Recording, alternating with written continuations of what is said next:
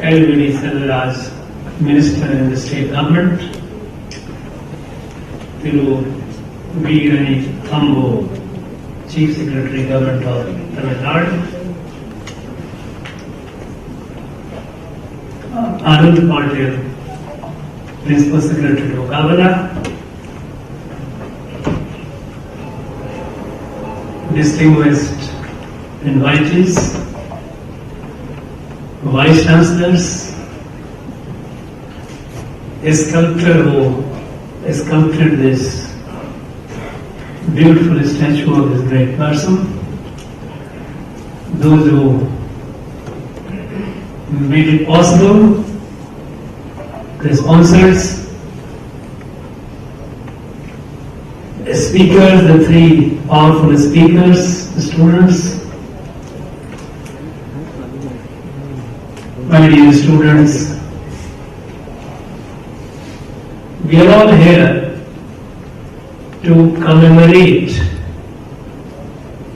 one of the greatest leader of India, one of the greatest maker of India, Dr. Bhimrao Ambedkar.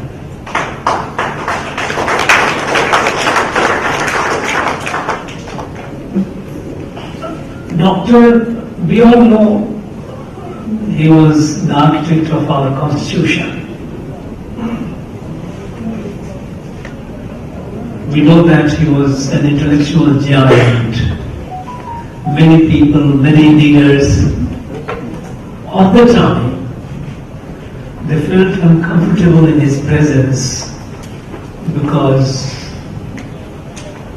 by sheer brightness, intellectual brightness of Dr. Ambedkar, they looked smaller. They were not very comfortable. He was one of the speakers said he was a revolutionary leader. And I think that's a very apt description of this great person. He was a revolutionary who brought and attempted to brought and planted the seeds of revolution in various fields of our life. But while pioneering the revolution in various fields, he was an ardent nationalist. He never did anything that could hurt the interest of India at any time to come. We know that he was a great social reformer. He dedicated his life fighting for the rights of the depressed and downtrodden. And by the way, while the depressed and downtrodden, it was not just only our people, scheduled caste people. Even the women of India were among the depressed and deprived. He fought for all.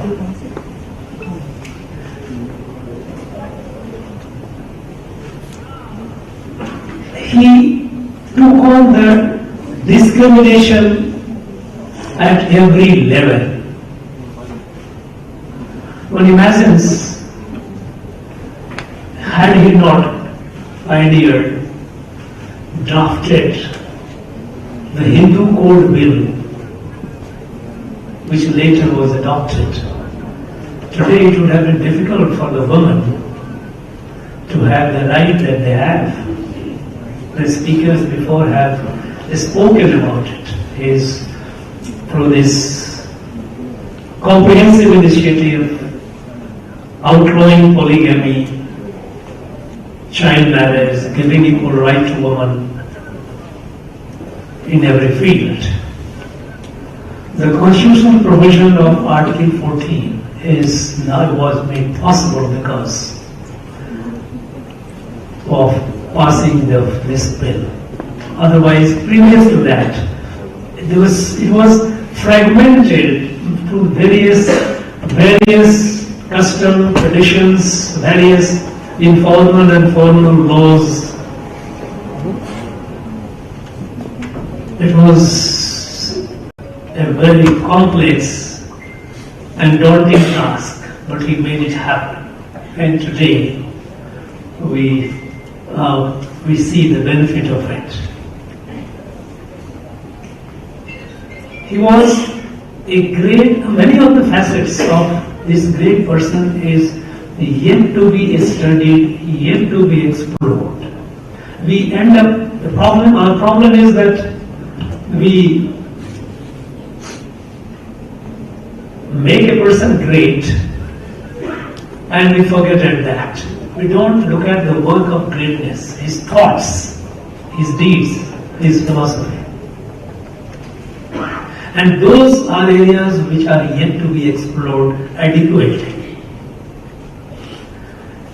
He was a great unifier of this country. We all know that Sardar Patel, how he brought in more than 560 independent countries which were created by the British when they left, because they had an option to be independent. But he brought the physical unity of this country, geographical unity of this country in that. But how did Dr. Ambedkar brought the unity? That area is not yet fully discussed in public domain. You know, when the British had realized, there's some collective consciousness started emerging in this country. In the later last decade of the 19th century or the beginning of the 20th century, this collective consciousness, they realized that it was a major threat to the empire. The British Empire in India. And when they experimented first in 1905 by communal partition of Bengal, they created a Muslim Bengal and a Hindu Bengal. The reactions were all over the country. Here in Tamil Nadu, V.O. Chidambaram Pillai was one among them who took to the streets and agitated against this British design to divide this country on the line of religion. They realized that they tested that collective consciousness of this country was growing to an extent, if it was allowed to grow, that would ensure that the British Empire would not last long. And then they started working how to weaken the collective consciousness, how to weaken this country from within. So they were already patronizing Muslim League, but after because after the 1905 they did, later on 6 years later, the protest was so wide that they had to undo it.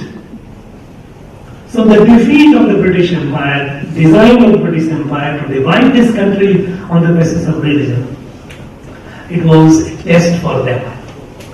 And then they came whole hog, how to weaken this country from within. And then they started patronizing in multiple ways Muslim League, giving a seed for that Muslims were different and they would not coexist. And that is how they created a separate electorate for Muslims in our councils. When the Government of India Act 1919 came, they introduced the system of Rashi in some way even before, but by the time they had consolidated it. They wanted to create a separate electorate. We should realize the meaning of separate. That means those people are different and they will elect their representative, others will not.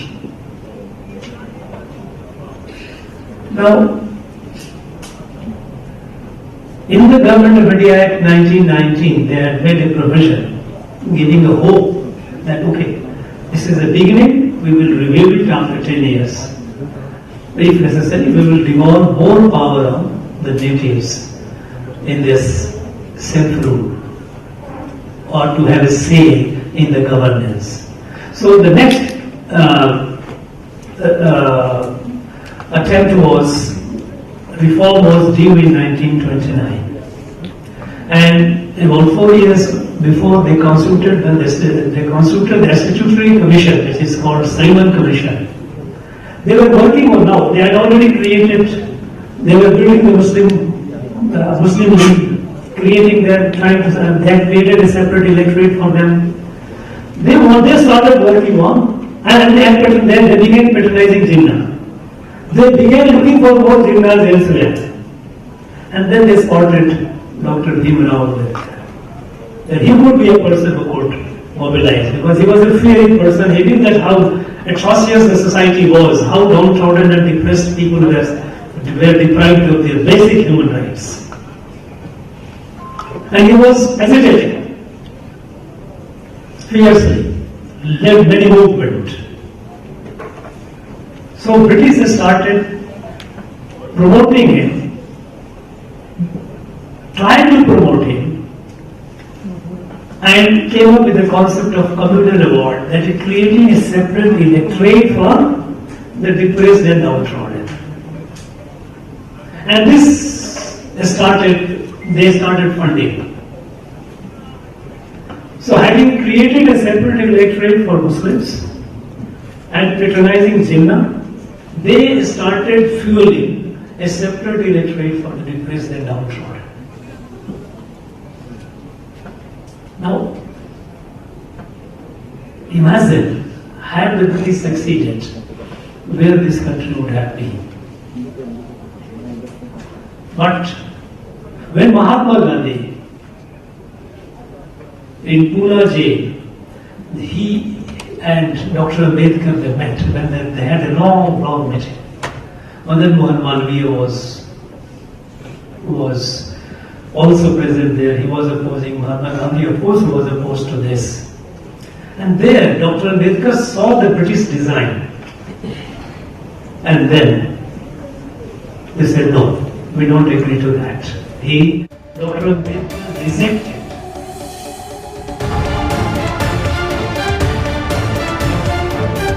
Representative from that community, those who are contesting the election.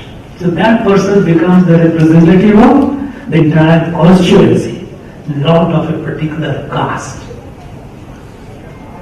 The rejection of Dr. Ambedkar, which is popularly called Pune Pact, the implication of it, had the British succeeded, because the British were all out. Government of India Act 1935, they could have introduced that, and that seed would have given the political environment, post-independence, would have created havoc in this country. We have yet to appreciate what he did for the unity of this country.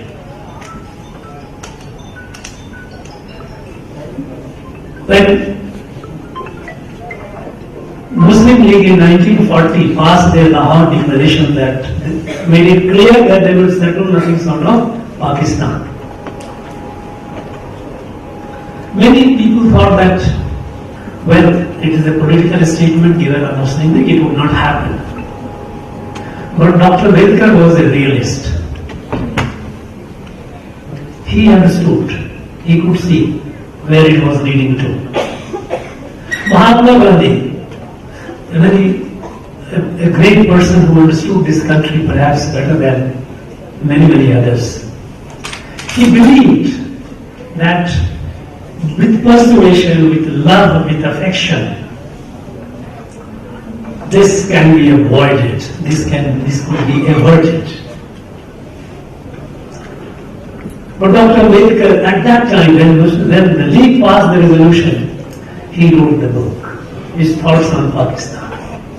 Pakistan or Partition of India. A comprehensive book. I urge many of those who have not read it, please read it. He was a realist.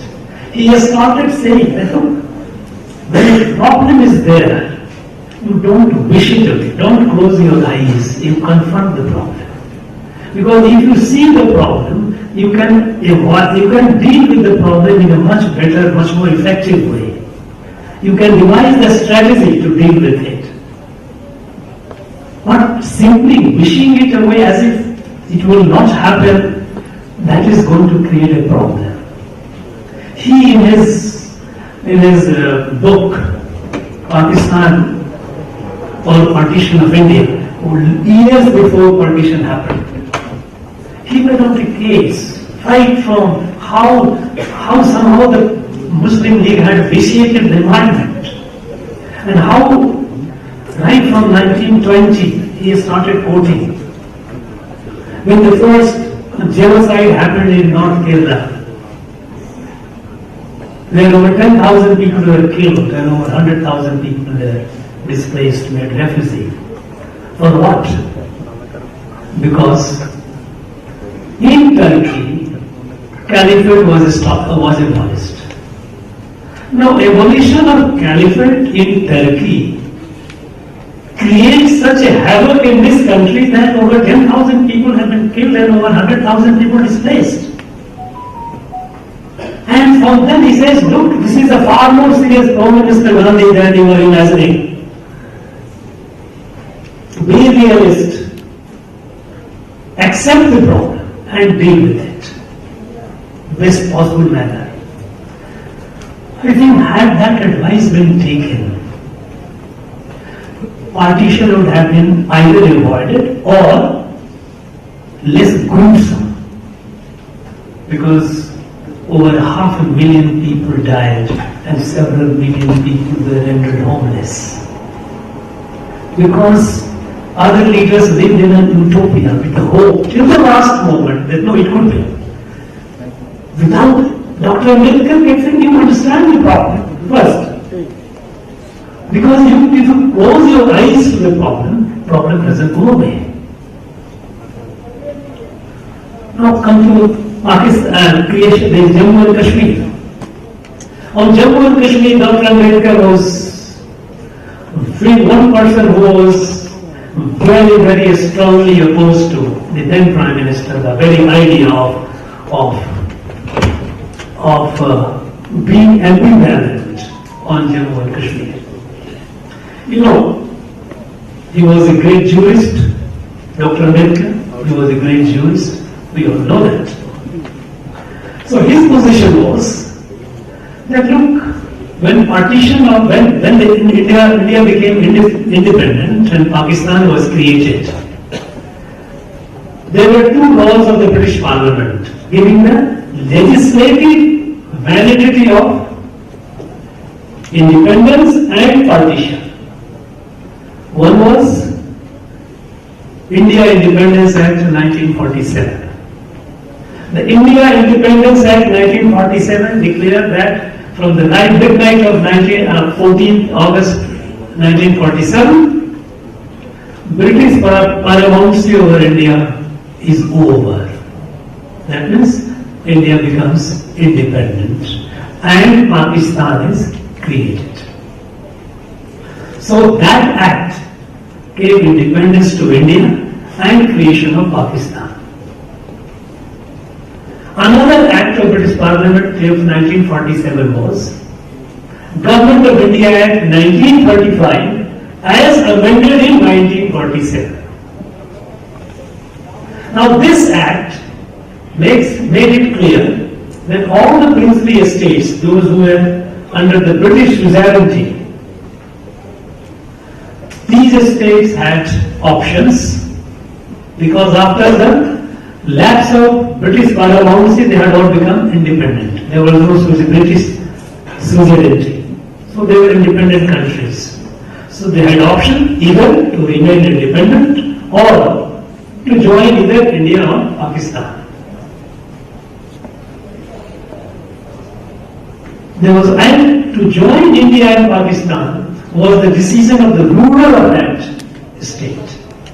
It was for the ruler to take a call whether the ruler wants to keep the country independent or to join either India or Pakistan. And that is how all this newly independent countries, they choose to merge with India. When Jammu and Kashmir came, Maharaja of Jammu and Kashmir, who was the ruler, he also signed the instrument of accession, and it was accepted by the government of India, then the Governor General. So it became a part of India. But it happened in circumstances where Pakistan had already moved their troops and tried to capture by force. Remember, at that point of time, Commander-in-Chief of both armies were the British, and the Governor General of India was also a British. They had moved in and taken over a large part of Jammu and Kashmir. And when Maharaja of Jammu and Kashmir sought Indian help, then Governor General Mountbatten said, no, you cannot send, because Jammu and Kashmir was a foreign country. They had not yet signed the instrument of accession. But after they signed the instrument of accession, and the troops were sent, and our troops started pushing Pakistani troops and liberating Jammu and Kashmir, then again the British came and they stopped. Said, no, don't go, because we want you. First of all,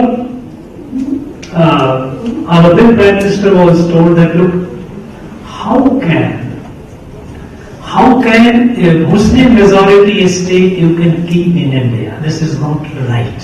A new concept they introduced. When the laws were very clear that it was for the ruler to decide whether to be with India or Pakistan, where was the concept of which community is there? But somehow the then leadership of the country chose to go to the United Nations. Dr. Ambedkar was dead against it. He says, look, you are creating big problem for the future of this country. There is absolutely no provision in law and even in political jurisprudence to a state which has come to you through a proper process. You are introducing a concept and you are making it far more complex for the future generations of this country. Somehow it was not heard, and we continued facing the problem of Jammu and Kashmir even today. Fortunately, now the decisive action has been taken, and it will, with this comprehensive surgery, the problem should be over. Though we know that there are people, the country which have Pakistan will keep creating the noise. Now I'm talking about Dr. Bhimrao Ambedkar's contribution. We talk about constitution, but look at about when it comes to the social front, for the rights of the depressed and downtrodden, for the woman, when it came to unity of India, rejecting the communal award for a separate electorate, the design of the British, they wanted to create another Jinnah in him.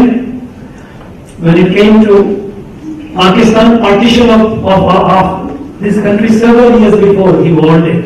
And if you read the book, Partition, Pakistan or Partition of India, you see how foresighted this great man was. He could visualize what was going to happen. The wisdom lies in being prepared. Then you have crisis ahead. Not to be taken by surprise, or not to just keeping it, wishing it away. But when it came to Jammu and Kashmir, again, how his contribution to this country has been enormous. And unfortunately, we have just made him a big leader and we have started playing politics in his name, rather than accepting this great man and his great work and going deep. I only hope that we have some of our universities, we have Dr. Ambedkar Center and his chair and all that. We should be able to do those studies, we should be able to undertake those studies and go deep into his work, what he did for this country. And and how he was, unfortunately he was treated very unfairly. In fact, the first election, 1952, when he contested the election, who defeated him? And how that situation was conspired to defeat him? I think Narayan Kanzabukar was his PA.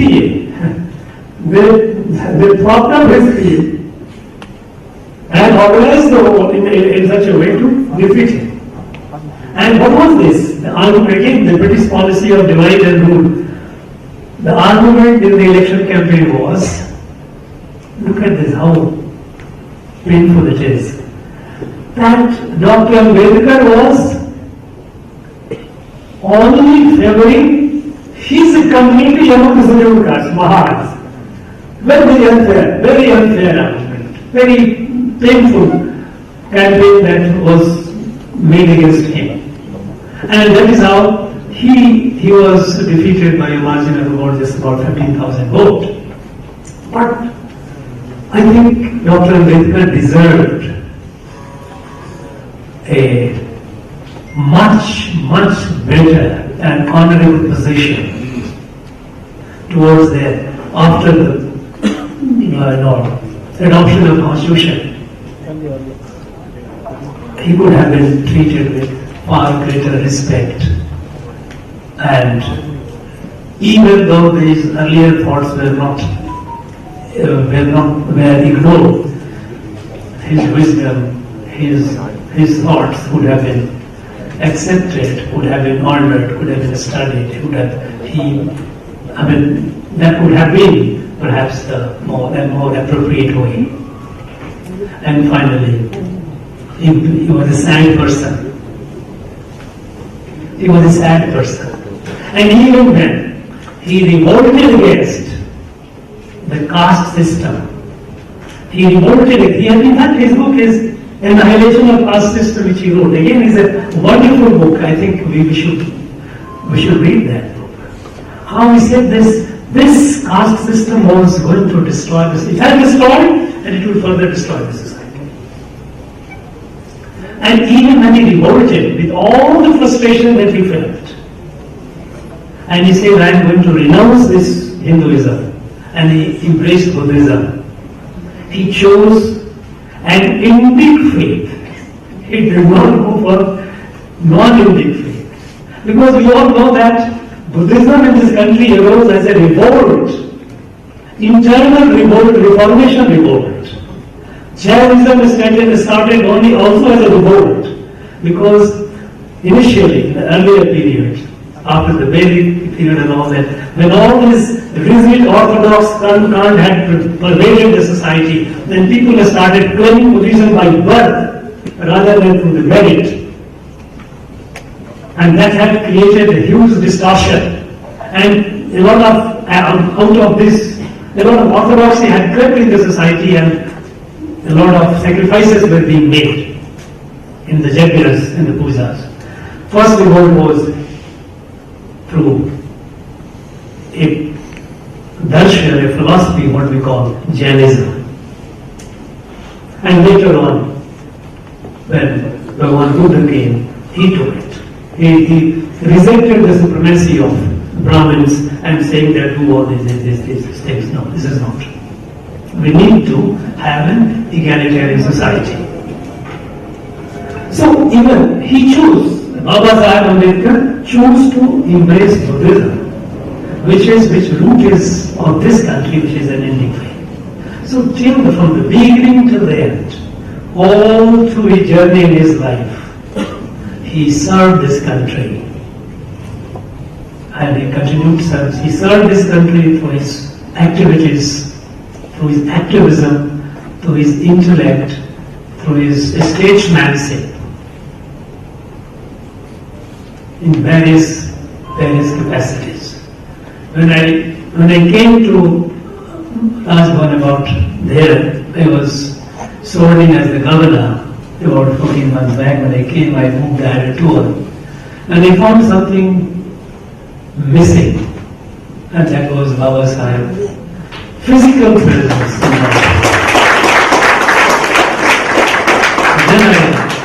then I suggested to Anand, I think this is not acceptable, we must. And we must do it before the next occasion comes for to commemorate him. And that is how we are here today. We assembled here today, we have unveiled. Now we believe that the Raj Bhavan is, in many ways now, is complete.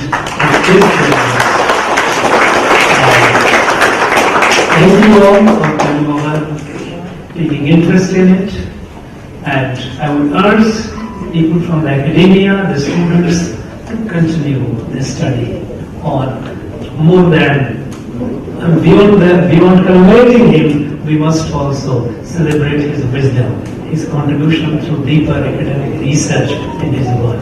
Thank you very much.